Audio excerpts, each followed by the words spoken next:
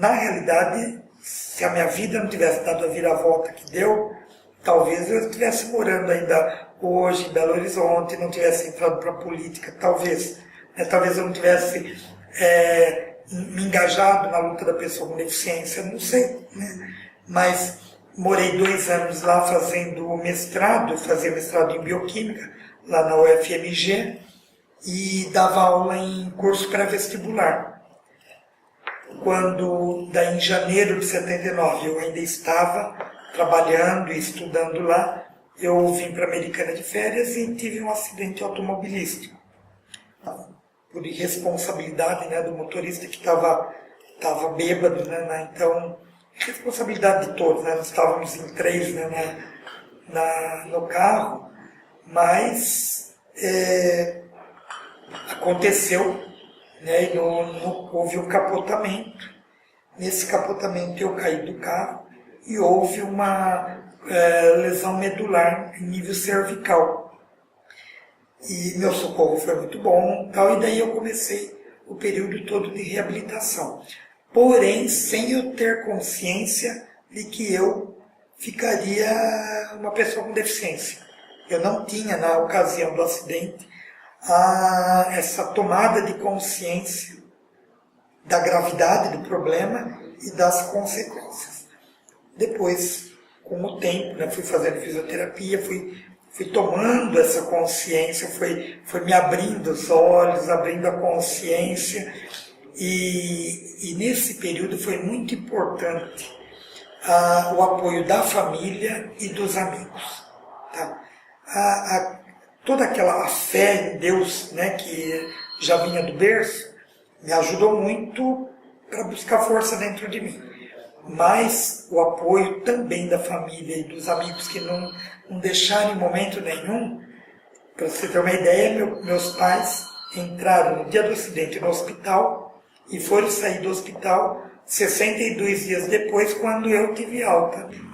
Eu soube que iria acontecer em Singapura o primeiro Congresso Mundial da Pessoa Deficiente, organizado pelas Nações Unidas e organizado pela DPI, Disabled People International. Né?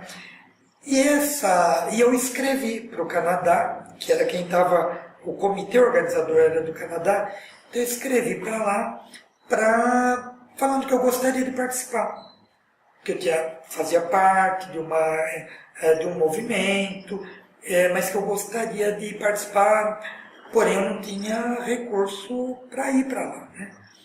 Não deu outra. Quando aconteceu esse primeiro congresso lá em Recife, quando eu cheguei em casa, tinha um telegrama do Canadá falando que eles estariam mandando uma passagem para ir para Singapura, porém uma passagem. Então, eu tive que ir com a cara e a coragem ir sozinho. Eu tenho certeza que o que a gente conseguiu de 81 até agora foram grandes conquistas num curto espaço de tempo. A sociedade está ideal? Não está. A inclusão está acontecendo? Não está da maneira como deveria ser.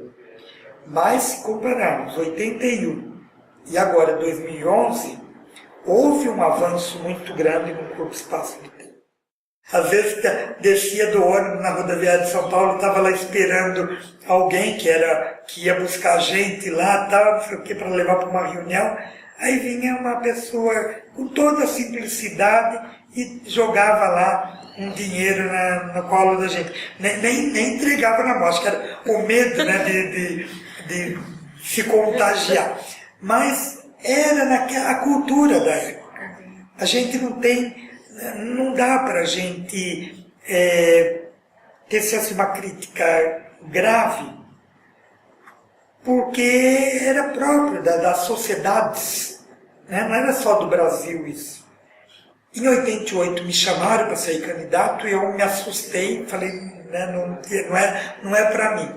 Mas depois, então, os amigos e companheiros do núcleo da FCD, estimularam, me incentivaram e eu acabei saindo candidato em 92 e fui eleito. A primeira campanha já, graças a Deus e graças ao esforço da família, dos amigos, da FCB, e a gente fez questão, isso eu queria até destacar, a gente fez questão, não só naquela primeira campanha de 92, como nas outras, fez questão de não usar a deficiência. Nós, na campanha, a gente usava a história de luta. Mas não, olha, vote em mim porque eu sou deficiente. E que talvez se eu tivesse continuado, como eu disse lá no começo da entrevista, lá em Belo Horizonte, dando aula, talvez eu tivesse crescido. Talvez não, teria crescido nessa área da educação e tal. Mas dessa participação, dessa luta coletiva, a questão específica da pessoa com deficiência, não teria feito parte da minha vida, muito provavelmente. Então, eu vejo que a história, nesses anos todos, me ensinou a questão da participação popular, a questão da participação efetiva, e que, quando a gente luta ali junto, é muito mais fácil a gente conquistar.